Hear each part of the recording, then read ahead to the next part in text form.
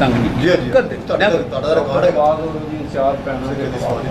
ਅਰਸ਼ਦ ਨੇ ਜ਼ਮੀਨ ਹੈਗਾ ਵਾ ਬਸ਼ੀਰ ਪਠੇੜ ਦਾ। ਹਾਂਜੀ 80 ਲੱਖ ਰੁਪਇਆ ਦਿੱਤਾ, ਗਰੀਬ ਆਦਮੀ ਹੈ। ਅਸੀਂ ਜ਼ਮੀਨ ਖਰੀਦੀ ਹੈ, ਤੁਸੀਂ ਅਸੀਂ ਤਾਰੀਖ ਭੁਗਤਣ ਪੇਸ਼ੀ ਭੁਗਤਣ ਵਾਸਤੇ ਆਏ ਹਾਂ। ਉਸੇ ਵਕਤ ਬਾਅਦ ਹਾਂਜੀ 6.5 ਹਾਂਜੀ 6.5 ਗੱਡੀ ਤੇ ਬਾਕੀ ਉਹਦਾ ਸੱਟਾ ਬਹੁਤ ਹੈ ਜੀ। ਤੁਹਾਨੂੰ ਪੁਲਿਸ